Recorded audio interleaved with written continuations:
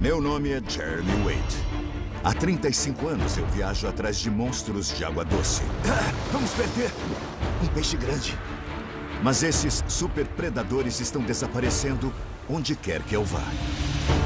Aqui é um local bem remoto, mas até aqui os peixes grandes sumiram. Para um biólogo, isso é um alerta. Um sinal de que os nossos rios estão com problemas. Para descobrir o que está acontecendo, vou a 6 das principais vias navegáveis do planeta. Preciso me misturar com as pessoas que vivem ao longo das margens delas e testar as águas como for possível. Isso! A minha missão é descobrir se esses rios grandiosos realmente chegaram a um ponto sem volta. Jeremy Wade, Rios Grandiosos.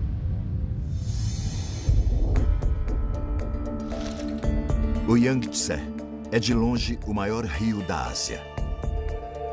De acordo com os registros científicos, suas profundezas escondem centenas de espécies aquáticas, incluindo alguns peixes incrivelmente grandes. Então, por que, em uma vida procurando monstros, eu nunca estive lá? Os mais recentes relatórios da China pintam uma imagem realmente sombria do rio. Peixes mortos, poluição industrial, todas as necessidades das demandas de milhões de pessoas. Elas permitiram que até o golfinho de água doce nativo desaparecesse. Mas as coisas estão realmente tão ruins e tão irremediáveis? Está sendo complicado obter o grau de acesso que eu quero com as autoridades chinesas. Mas estou determinado a ver com meus próprios olhos exatamente o que está acontecendo.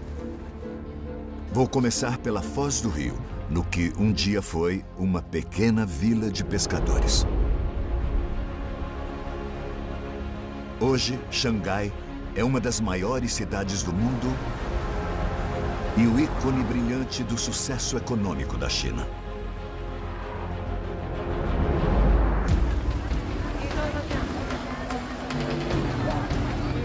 O que é aquilo na grelha? Eu tô com um probleminha de comunicação. Ele virou pra mim e eu acho que falou, vai embora, ou alguma coisa assim, eu não sei.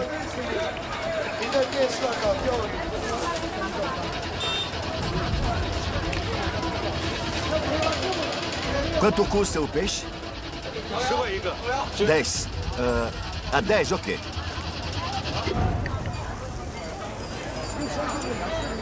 Comer isso me faz pensar em toda a existência humana.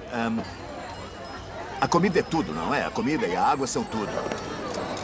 E se pensarmos no Yangtze historicamente, ele tem essas duas coisas em abundância. Mas quando tem concentração de tantas pessoas, como as coisas podem não desmoronar? Como um rio pode dar conta desse vasto número de pessoas? Os números são absurdos. Acredito que uma entre 20 pessoas do mundo está na área de influência do Yangtze. Há milênios, a maior parte da proteína da China vem dos peixes. Mas gostaria de saber quantos peixes estão realmente saindo do Yangtze hoje. Com Tian, uma tradutora, ao meu lado, eu vou a um dos mercados de Xangai que vendem peixe no atacado. Apesar de já ser mais de meia-noite, as entregas ainda estão chegando.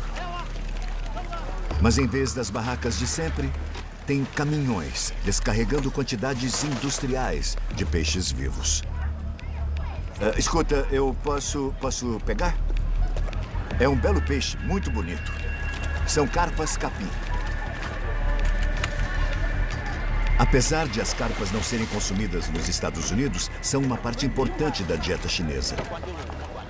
As diversas espécies de carpa sempre foram os principais peixes pescados no Yangtze. Mas notei algo sobre esses peixes que parece bom demais para ser verdade. Esses peixes estão em ótimas condições. Quase nenhum rasgo nas nadadeiras, as escamas são todas perfeitas. Imediatamente fica óbvio que todos esses peixes não saíram da natureza. Suponho que sejam de criação por estarem em caminhões. Acredito que tenham sido transportados de algum lugar distante. Será que você pode perguntar para eles de que distância eles vieram?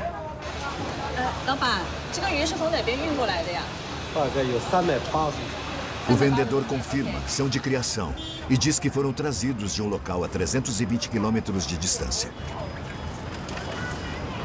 Dada a enorme demanda, não me surpreende encontrar peixes de criação. Mas alguma coisa aqui está saindo do Yangtze. Esse homem aqui é um comprador ou ele é... oi, eu sou o Jeremy. Jeremy. E eu estou em uma missão e queria saber a proveniência desses peixes.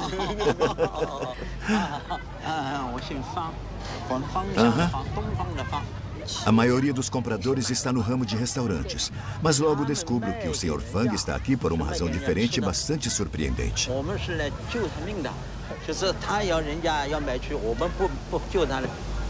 Ele vem aqui para salvar os peixes. Sim. Se não salvarmos os peixes, os peixes vão virar comida. Sim. Mas com ele aqui, é mais seguro para os peixes. Eu posso até entender isso, mas qual é a sua motivação? É um ponto de vista ambiental ou o que é isso? O Sr. Fang diz que se eu quiser entender, tenho que me encontrar com ele pela manhã às margens do rio.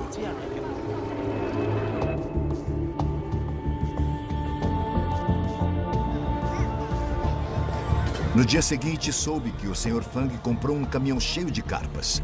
E por razões que ainda não estão claras, ele pretende libertá-las.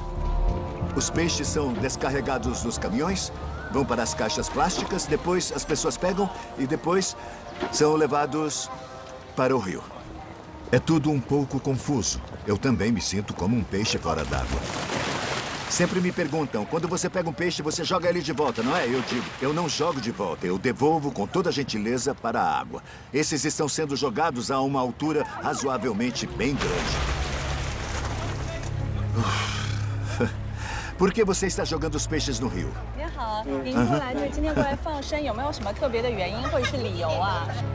Eu sou budista, por isso eu salto. Entendi. Liberdade é importante. Todas as vidas são iguais.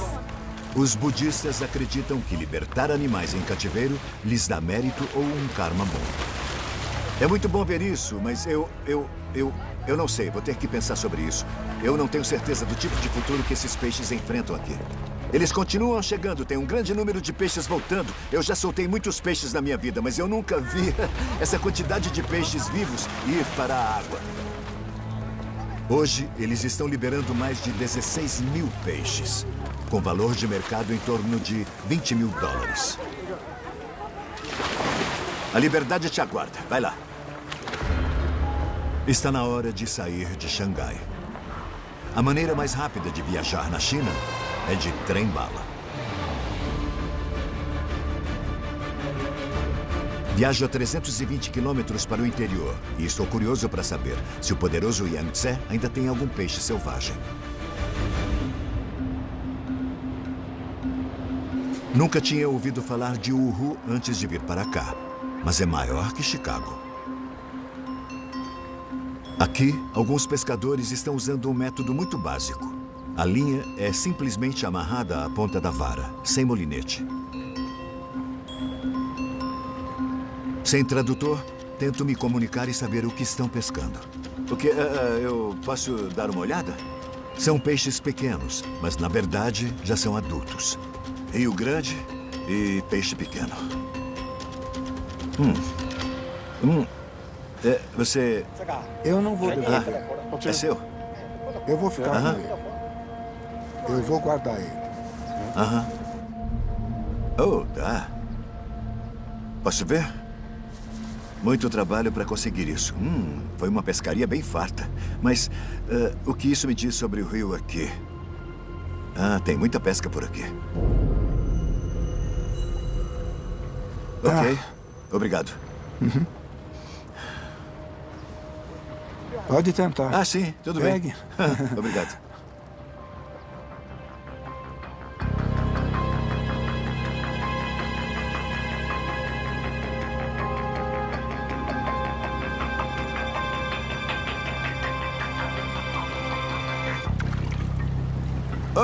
Sim, olha isso, peguei dois. 2 de uma vez. Hoje foi um dia muito significativo para mim. Agora posso dizer que pesquei um peixe no Yangtze, contanto que ninguém pergunte de que tamanho era. Isso gerou uma pergunta muito séria. Sabe, esse é um dos maiores rios da Terra. Mas por que as pessoas ficaram reduzidas a pescar peixes de apenas alguns centímetros? Vou devolver esse escondido, não vou mostrar para ele. Obrigado. Valeu. Aqui, o Yangtze tem cerca de 1,5 km de largura. Para ver o que está vivendo nas profundezas, preciso de alguém com um barco. Alguns quilômetros fora da cidade, encontro uma pequena comunidade de pescadores comerciais. Aqui temos uma espécie de aldeia flutuante, mas ninguém saberia que estava aqui. Está bem escondida. Você pode passar de barco e não veria nada. Os pescadores aqui moram com as famílias nos barcos durante a maior parte do ano. Bom dia. Eu posso entrar? Posso entrar? Obrigado. O trabalho de pescador é bom? A vida é boa? Ou não é tão bom? Esse é o nosso trabalho. Nós temos que pescar, porque nós não estudamos. E como está a pesca agora? Como está?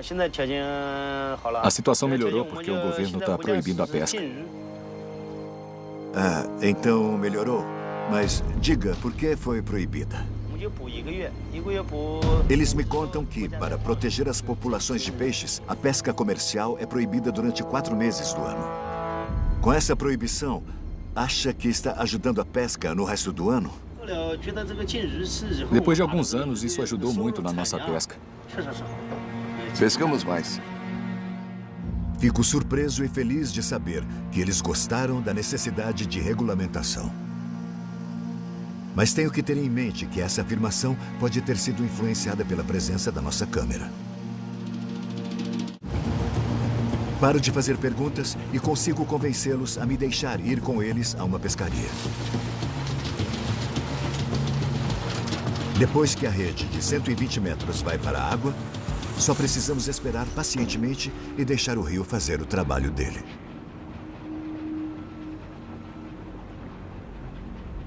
Pode puxar. Pegamos um galho. Muitos galhos. Um saco plástico. Não preciso malhar depois disso. É bom para os braços, mas não é bom para as costas. Ainda não puxamos tudo, mas acho que são poucos peixes, considerando tudo. Olha isso, olha isso, olha isso.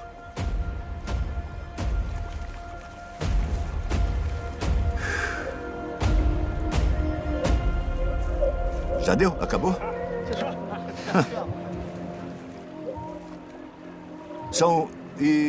Que peixe é esse?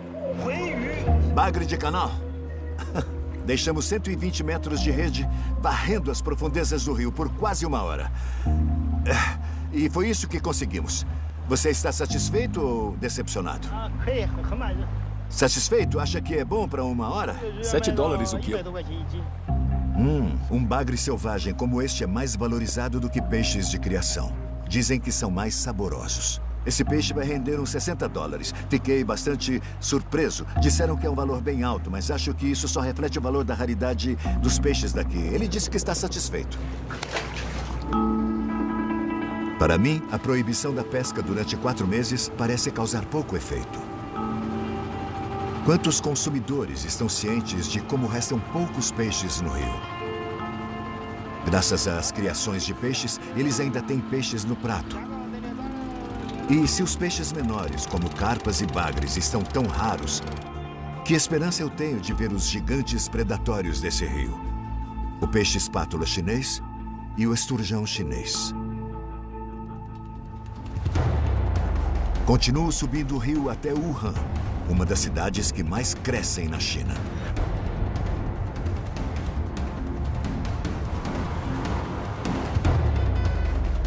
Na última vez que contaram o número de habitantes daqui, isso foi há 2 anos, eram 10,5 milhões. Ela supera com folga a população da cidade de Nova York e ela ainda está crescendo. É só olhar e ver os guindastes e parece até que a paisagem do horizonte está crescendo enquanto eu falo. Que efeito esse crescimento populacional rápido e a industrialização tiveram na saúde do Yangtze?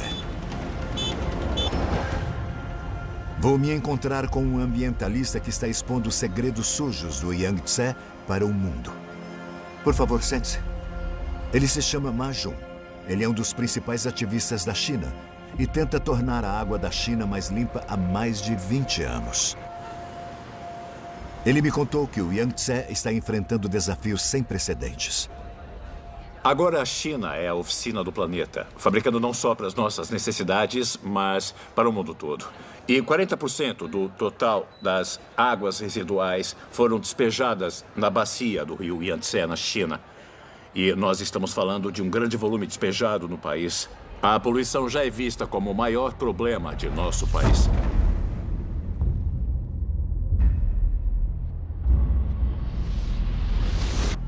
Ma Jun me conta que, para combater isso, ele está explorando a crescente obsessão da China pela mídia social. Este aqui é nosso aplicativo para auxiliar nesse problema. Qualquer um pode tirar uma foto e o nosso usuário também pode fazer o upload diretamente na plataforma. Essa é a primeira vez que isso acontece na China e está ajudando muito. Bom, resumindo, informação é tudo. Divulgam essa informação para as pessoas agirem com base nelas e não terem mais a desculpa de que não sabiam de nada, não é? O que torna o aplicativo de Ma Jun tão poderoso é que, a partir das imagens que ele recebe, ele consegue seguir a trilha até a fábrica que está poluindo.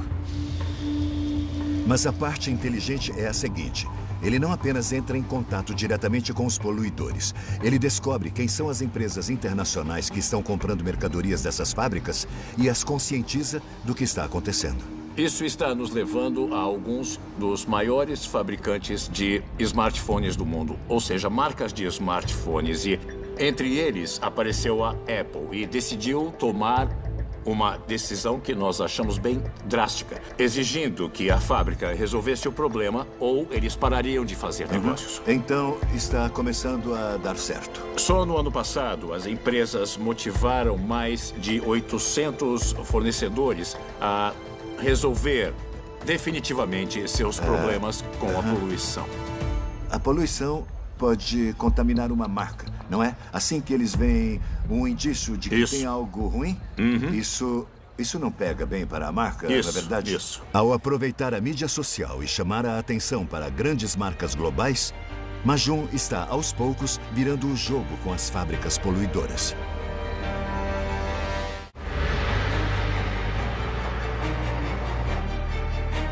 Mas à medida que continuo subindo o rio, posso ver que o problema não é só a pesca excessiva e as fábricas. Acho que nunca vi tantos navios em um rio, com certeza nunca, como nesse ponto do rio. Já estive muitas vezes no Amazonas e navios enormes percorrem o rio Amazonas. Mas isso aqui é intenso. Nada como isso aqui, nada como isso.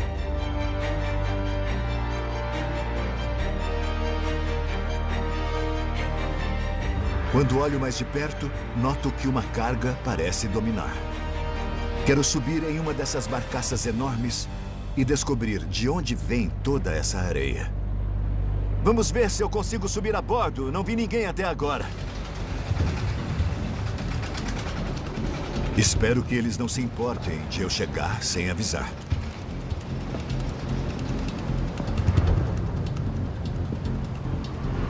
Como vai?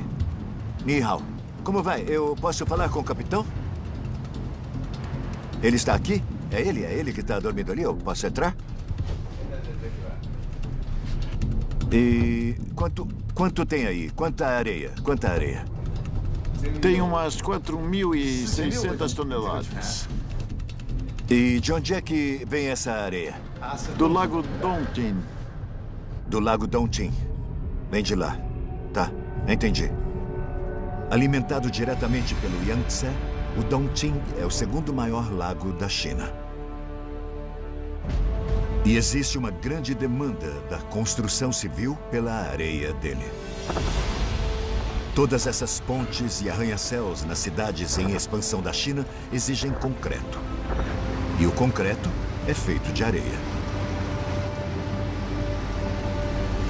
O problema é que Dongting também abriga um mamífero aquático extraordinariamente raro. Um dos únicos botos de água doce do mundo.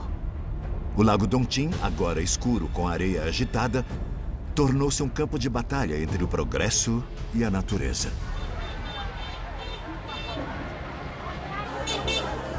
Essa é a cidade de Uieang. Ela está às margens do lago Dongting. Vou me encontrar com um cara chamado He Damin.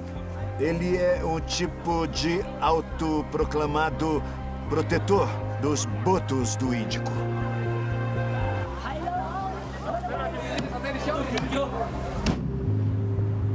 Tudo bem? He Damin era um pescador bem-sucedido antes de sua vida ser mudada por um encontro casual.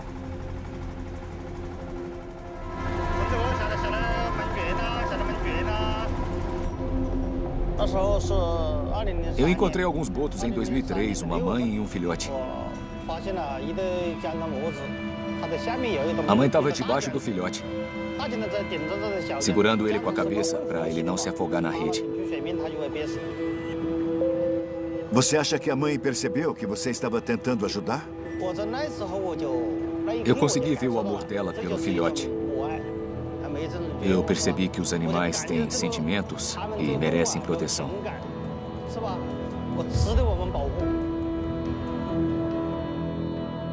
Ele conseguiu salvar o filhote. E, junto com outros colegas, ele continua a salvar os botos até hoje. Partimos para encontrar a espécie conhecida como o boto do Índico. Uma enorme draga com suas barcaças se aproxima de nós. Para qualquer boto abaixo da superfície, esses monstros criados pelo homem são um grande problema. Além de gerar muito barulho, eles também tornam a água marrom e turva, dificultando a caça para os botos. O Sr. He se lembra de quando essa água era transparente. Mas olha para isso, é o resultado de toda a escavação. Tudo isso é a areia do fundo do lago. E quando olhamos para o horizonte dessas cidades, começando por Xangai, todo o concreto tem que sair de algum lugar. E está vindo do leito do lago. As pessoas precisam de casas. Nos últimos 10 anos, o Sr. He e os amigos dele fizeram lobby junto ao governo para reduzir a drenagem.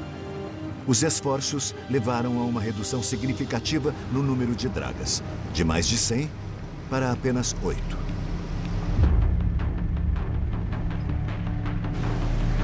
Espero que possamos encontrar uma das poucas áreas com os botos de água doce que restaram no Yangtze.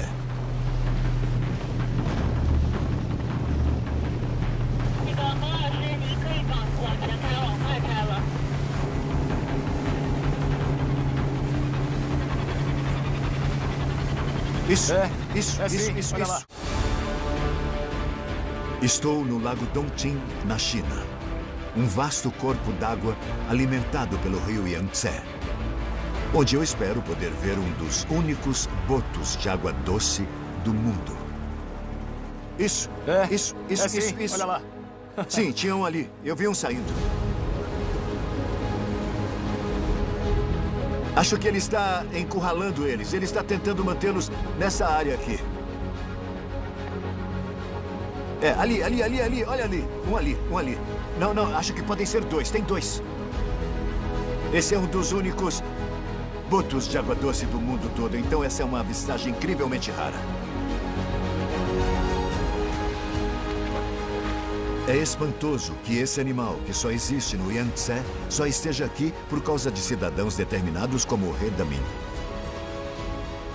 Ele me contou que depois de terem reduzido com sucesso o número de dragas de areia, ele viu muito mais filhotes de boto. O que é interessante é que chegamos a um ponto em que parece que os botos estão se mantendo, então parece que ocorre uma coexistência entre os botos e esses monstros do lago enormes.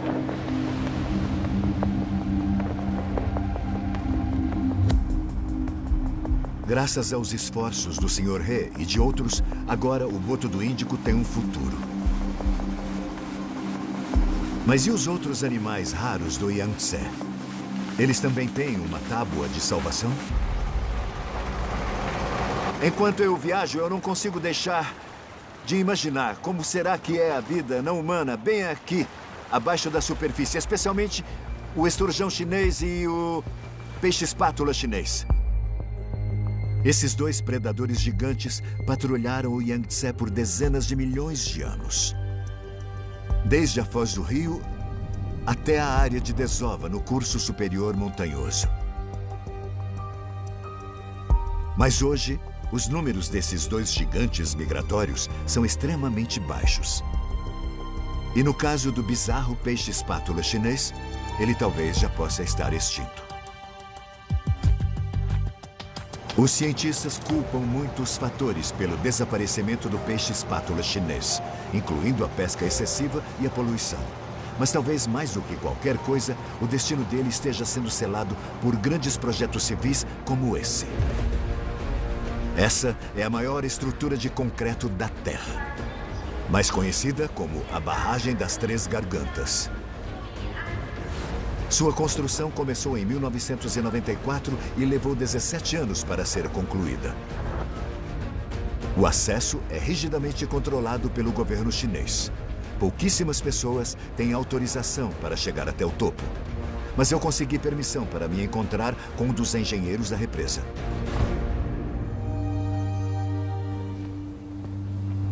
Oh, é uma descida e tanto. A barragem tem 180 metros de altura e usou cerca de 30 milhões de metros cúbicos de concreto. O reservatório de água parada acima da barragem se estende por mais de 650 quilômetros. Um dos motivos para ter sido construída foi parar as inundações devastadoras, mas o principal objetivo é gerar energia. Eu posso sentir o... Parece que a represa está se movendo. Isso é... É normal. É normal? Ela está se movendo, não é a minha imaginação? Tá, sim. Isso é o poder da água. Aham. Então isso é o poder da água, passando por tudo isso, por todos esses tubos? Sim, sim, sim.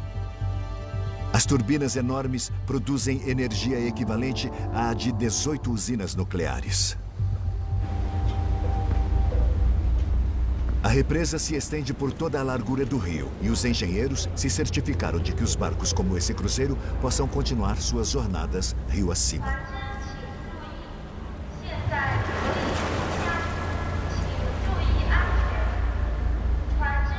Como tudo aqui, o mecanismo que permite que isso ocorra está em uma escala monumental. Então, isso não é um bloqueio, isso é um elevador. E esse barco entrou aqui, a parede subiu, segurando um grande volume de água. E ele está sendo levado direto para o topo da represa, onde ele continuará a jornada. Incrível. Pelo peso do barco e da água. E o que a engenhosidade humana pode fazer? No entanto, me pergunto que efeito essa represa enorme está tendo nos dois maiores peixes do rio, que por milhões de anos migraram para o Alto Yangtze para depositar seus ovos. Entre os benefícios da barragem, nós temos a geração de energia, sim, o controle de inundações. Isso. Mas tem uma desvantagem para os peixes daqui. Nós não podemos vê-los, mas eles estão no rio. Eu estou pensando no esturjão chinês e também no peixe-espátula chinês. Eles não podem passar. Tem algum plano ou algum mecanismo para os peixes? Para eles passarem daqui até lá e de lá para cá? Ou não no momento? Atualmente nós não temos um caminho para os peixes, só para os peixes. Apesar de um orçamento de vários bilhões de dólares, parece que ninguém pensou nos peixes. A construção dessa represa acabou cortando o rio Yangtze em dois, o curso inferior daqui até o mar e depois o curso superior, do outro lado. Mas para um peixe, seria um beco sem saída. Se você fosse um peixe migratório e sua área de desova estivesse do outro lado, seria um beco sem saída para sua espécie também. O primeiro ano de operações da barragem das Três Gargantas também foi o último ano em que alguém viu um peixe-espátula chinês. A pergunta é, esta criatura lendária existe em qualquer lugar? A pessoa que eu vim ver, infelizmente, é conhecida como a última pessoa a ver um peixe-espátula chinês vivo.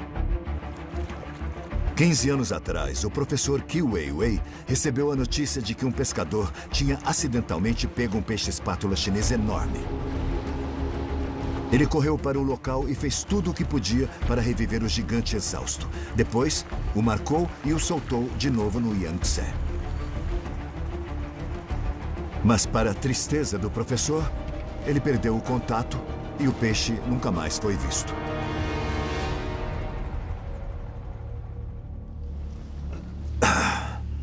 Não muito longe da represa, em um centro de pesquisas de peixes do governo, o professor Wei me leva a um prédio com uma aparência muito simples. Onde entramos aqui? Onde ele revela algo extraordinário. Isso é muito estranho. Não esqueça que esse peixe não é uma reprodução. É um peixe de verdade. Esse espécime raro de 4 metros morreu há mais de 40 anos. É preciso muita imaginação para trazê-lo de volta à vida. Quando ele estava vivo, as cores eram totalmente diferentes. O nariz é como um vidro. Dá para ver por dentro.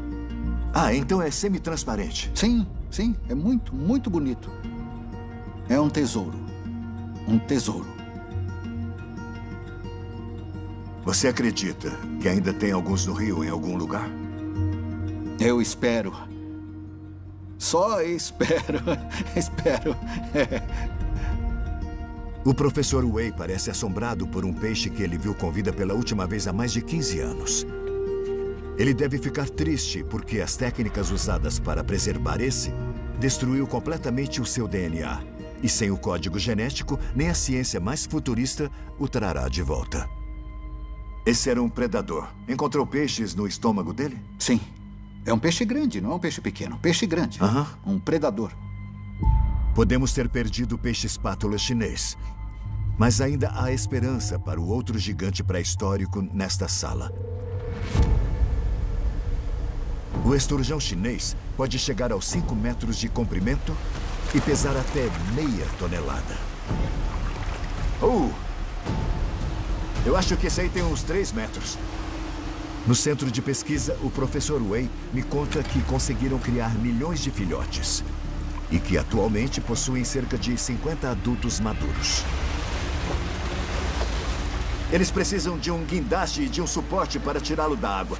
Só estão verificando a saúde dele. Tem um animal muito grande aqui. Temos uma mangueira para molhá-lo o tempo todo, deixando a água oxigenada fluir sobre as brânquias. E agora ultrassom.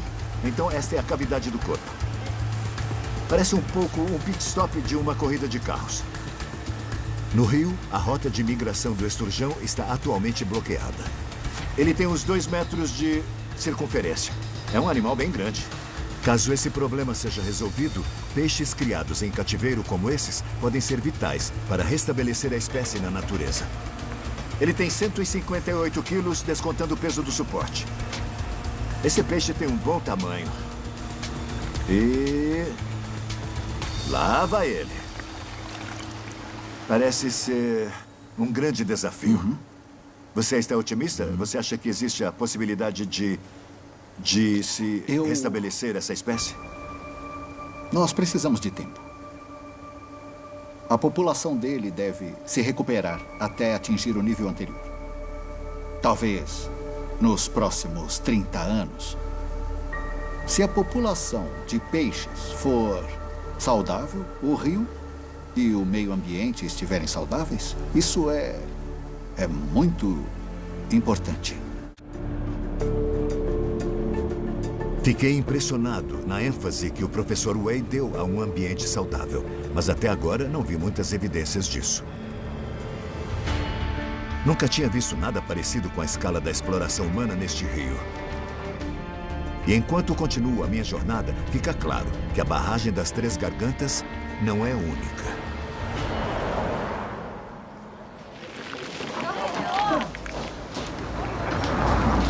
Seguindo o rio acima da barragem das Três Gargantas, do reservatório, a água parada sobe direto para a cidade de Chongqing. No entanto, dali para cima não existe um rio natural. Tem mais barragens. Uma aqui, outra aqui, aqui e aqui, outra aqui. Uma série de outras aqui. Tem tantas que eu não tenho espaço para todos os marcadores. Hoje, grande parte do rio Yangtze já não flui. Ele tem uma série de reservatórios longos e profundos. Mas podia ter sido ainda pior. Combinei de encontrar uma pessoa que faz parte de um grupo que, há alguns anos, fez algo quase inédito na China moderna. Eles encararam uma força quase tão esmagadora quanto o rio Yangtze. Uma corporação gigante de energia, apoiada por políticos, estava pronta para construir outra represa do outro lado do rio. Dessa vez, em um lugar chamado Garganta do Salto do Tigre. Cerca de 100 mil pessoas estavam prestes a perder suas casas. Mas os construtores não contaram com as fortes convicções de um pequeno grupo de aldeões. Bom dia. Bom dia, vamos entrando. Determinado a impedir a construção da barragem, o Sr. Yao e os vizinhos dele sequestraram 5 dos engenheiros da corporação. Em resposta, o exército montou um cerco. Vocês ficaram quantos dias com os engenheiros? 3 dias. E vocês não tiveram medo de que isso terminasse muito mal para vocês? Nós chegamos ao ponto de não ter mais volta. A empresa não estava sendo justa. A ação dela não tinha justificativa. Proteger a natureza, a nossa terra natal e o meio ambiente é justificado. Está errado destruir o meio ambiente. Durante a noite, agentes do governo libertaram os engenheiros sequestrados. Mas o que as autoridades anunciaram na manhã seguinte foi sem precedentes. A declaração deles dizia: e se a maioria dos moradores se opõe à construção dessa represa, não prosseguiremos. Se não tivéssemos lutado, agora seríamos refugiados.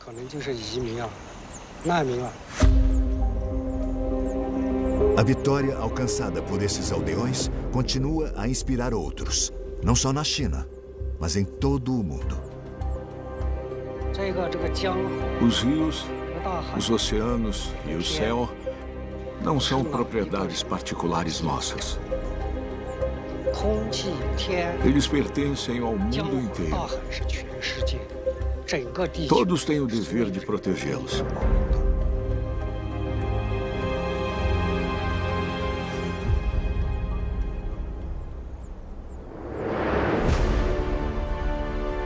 Estou terminando a minha primeira visita à China com o profundo sentimento de surpresa.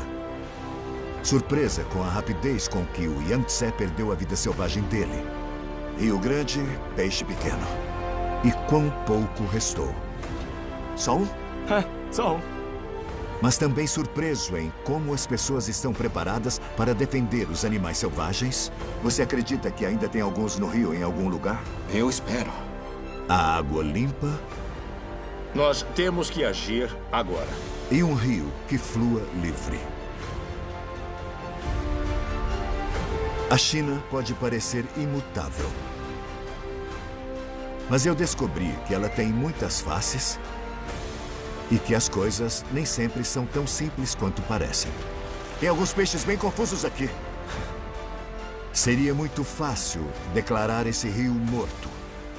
E também seria muito fácil estar errado. Versão brasileira Vox Mundi.